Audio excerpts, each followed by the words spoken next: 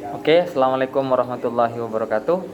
Kembali lagi dengan saya, Holil Ar-Rahman, yang mana pada kesempatan kali ini akan kembali mereview sebuah buku lama dari salah satu penulis handal, yaitu Budi Satrio, berjudul Hitam Putih.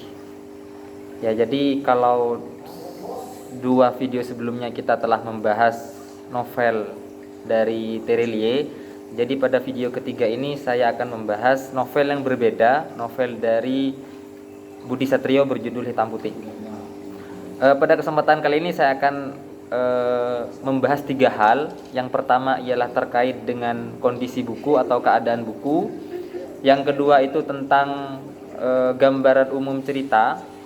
Dan yang ketiga itu adalah pelajaran ataupun kesan yang dapat saya ambil ketika selesai membaca buku ini. Oke, yang pertama. Jadi tentang buku Hitam Putih ini halamannya berjumlah 234 halaman. Ya, 234 halaman. Kemudian di setiap babnya, bab yang ada di novel ini itu tidak ada angka ataupun tidak ada angka yang menandai ini beberapa tidak ada, tapi cuma langsung subjudul dari bab-bab tersebut. Ini tentang kondisi buku ya. Kemudian yang selanjutnya terkait dengan gambaran cerita. Saya akan sedikit memberikan gambaran cerita bahwasanya novel Hitam Putih ini adalah novel tentang sebuah kasus pidana yang itu diperankan oleh salah satu tokoh bernama Dewa. Tokoh utamanya adalah Dewa. Dan di sini penulis mulai dari bab pertama hingga terakhir ada sekitar 20 tokoh yang disampaikan oleh penulis melalui nama-nama ya. Jadi ada beberapa nama seperti Dewa, Dodi, Stella, Pak Bambang hingga Ibu Maryam. Ini adalah beberapa nama yang disebut oleh penulis yang berjumlah sekitar 20 nama, ya. Kemudian buku Hitam Putih ini mengisahkan tentang seorang dewa yang mengalami kegelisahan dikarenakan melimpahnya harta ataupun dikarenakan kekayaan yang ia dapatkan setelah bersusah payah bekerja. Yang awalnya dewa itu adalah seorang pengamen, seorang anak pengemis, hingga akhirnya ia berhasil perlahan demi perlahan meniti karir dan menjadi salah satu anggota ataupun bagian dari firma hukum yang terkenal di Jakarta, seperti itu ya. Di sini kasus yang ditangani oleh Dewa ini secara garis besar itu ada dua. Yang pertama menangani gugatan class action warga Jawa Timur. Yang kedua kasus mogok kerja pabrik tekstil di Bandung.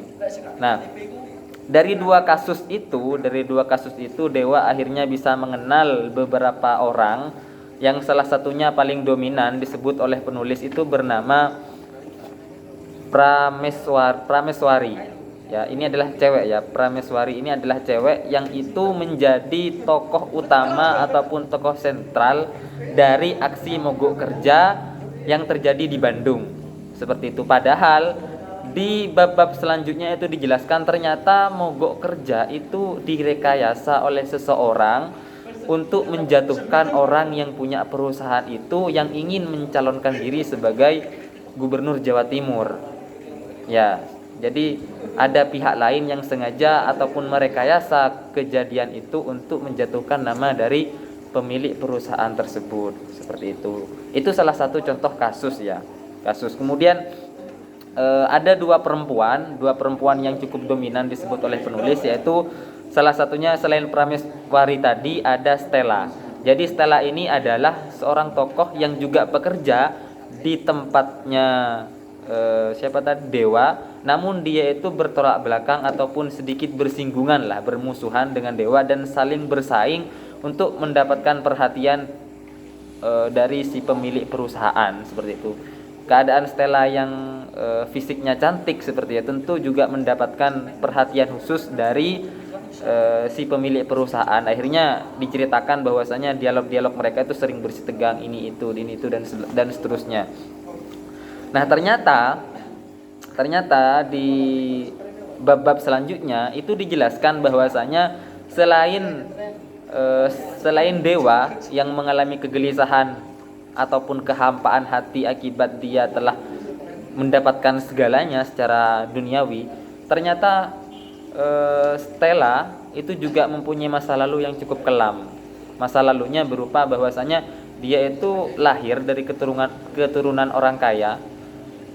Semua kebutuhannya tercukupi, namun pada suatu ketika ia mencintai seseorang itu istilahnya itu pendiam ataupun cuek ya terhadapnya. Kemudian setelah mereka cukup lama berhubungan dan akhirnya melakukan sesuatu yang tidak pantas, dan di cerita selanjutnya Stella ditinggalkan pergi ke luar negeri oleh si laki-laki itu. Akhirnya Stella menyewa pembunuh untuk membunuh dirinya sendiri, karena Stella merasa bahwasanya ia tidak berani bunuh diri, dan bunuh diri adalah sesuatu perbuatan yang dosa besar lah seperti itu. Akhirnya dia menyewa seseorang untuk membunuh dirinya sendiri ya. Itu salah satu keanehan ataupun keunikan yang dijelaskan oleh penulis dalam bukunya ini. Namun Stella tidak jadi bunuh diri karena si pembunuh itu ternyata juga mempunyai masa lalu yang lebih kelam dari Stella, dan pembunuh itu malah istilahnya mengkhotbahi ataupun memberikan masukan kepada Stella bahwasanya hidup itu harus melupakan masa lalu, intinya seperti harus menjadi lebih baik lagi, menyadarkan Stella kala itu. Akhirnya Stella tidak jadi dibunuh diri, dan akhirnya Stella tetap hidup di cerita-cerita selanjutnya. Itu yang Stella. Sedangkan yang Prameswari itu, dia itu mempunyai masa lalu tentang keluarganya, bahwasanya ibunya itu berhubungan gelap dengan seseorang, yang mana seseorang itu ditemukan adalah pemilik perusahaan ataupun Pak Hadi Projo yang di demo di beberapa bab sebelum itu ya. Jadi masa lalu mereka itu terkuak di bab-bab terakhir, sedangkan sebelumnya itu mereka penulis hanya menjelaskan terkait dengan cerita secara umum saja. Artinya konflik-konflik yang terjadi di antara beberapa orang yang tidak mengungkit masa lalu dari setiap tokoh seperti itu ya. Itu adalah beberapa penggalan kisah dari novel Hitam Putih karangan dari Budi Satrio. Kemudian novel ini sangat cocok bagi kalian yang suka berkecimpung di ranah hukum. Saya mengenal beberapa istilah ya. Jadi ada beberapa istilah yang saya temukan. Salah satunya seperti ligitasi pidana, kemudian draft eksepsi absolut, kemudian legal standing, dan beberapa istilah lainnya. Jadi di novel ini kita diajarkan untuk bagaimana menganalisis sebuah keadaan, menganalisis sebuah kejadian ataupun kasus berdasarkan hukum, yang itu diikuti dengan beberapa istilah-istilah yang memang di ranah hukum seperti itu.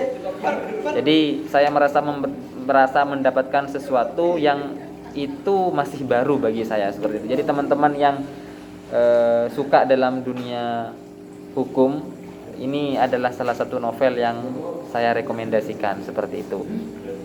Kemudian untuk lebih lanjutnya tentu teman-teman harus baca sendiri novel ini, karena pasti akan sangat menarik dan gampang bahasanya. Mungkin cukup sekian dari saya.